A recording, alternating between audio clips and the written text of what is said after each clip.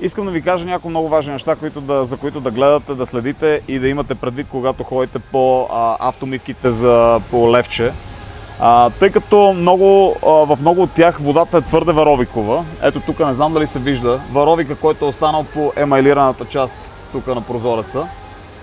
Значи искам да ви обясня, че преди да слагате NanoShield, продукта, който запечатва всички повърхности на вашия автомобил и ги предпазва от всички метеорологични влияния, UV, светлина, лъчи и така нататък. Но най-важното, за да не останат петната ви запечатани, с нашата нова кърпа просто минете навсякъде, където са останали и ги забършете, за да може, както виждате, няма ги белите петънца от варовика. Сега вече можем да нанесем NanoShield. Аз вече тази повърхност на колата съм я обработил с кърпата, затова няма нужда да го правим там, но едно от най-важните неща, които също искам да ви кажа, понеже моята кола е с фолио и много хора са ни задавали въпроса дали NanoShield работи върху фолио. Идеята на NanoShield е в това, че в крайна сметка той предпазва дори фолиото и водоотблъскващия ефект, който той има, е невероятен. Тоест, спестява ми това да мият колата си почти всяка седмица, защото водата всъщност носи повечето мърсотия, повечето химикали и повечето неща, които всъщност увреждат автомобила ни. Корозията също така идва от водата. Тия всички сахарски дъждове, всички варовикови води и така нататък разрушават емайла на колата ви или на самото фолио. Така че NanoShield е нещо, което препоръчвам да си слагате винаги. Знаеме, ето първо имаме една от кърпите, ще вземем една бутилка вода. Винаги първата кърпа, с която нанасяме NanoShield, трябва да е мокра, затова нека да сипеме малко водичка. Ето и тая кърпа няма да ми трябва сега, благодаря. Кърпата е мокра.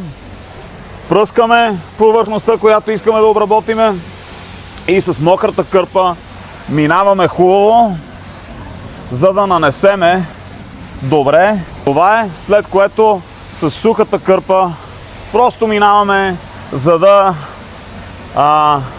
полираме, така да го нарека, нали, повърхността. В моя случай не се вижда много полирането, тъй като е матова повърхността, но на повечето коли много добре се вижда.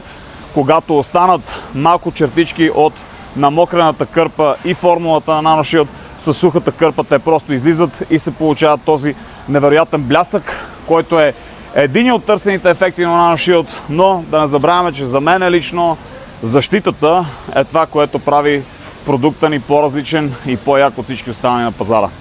Ето виждате колко бързо водата просто изчезва от повърхността на колата. Много е важно и за самото подсушаване, и за това, когато сте на автомивката и когато не сте на нея, просто вали дъжд, това да има по-малко вода. Така че с тази кърпа, която вече бърсахме 1000 пъти, виждате колко лесно е просто да забършиш и колата е идеално чиста по проста причина, че нямаше много вода, която да бършим така или иначе, защото NanoShield я отблъсква и тя се стича моментално надолу, не остава по повърхността на колата ви. Така че това е за NanoShield, за кърпата ни и пак ви казвам, гарантираме за всички наши продукти. Ако имате въпроси, моля ви, не се свенете да ни попитате, така че сме готови да отговорим на всеки въпрос. Това е за сега.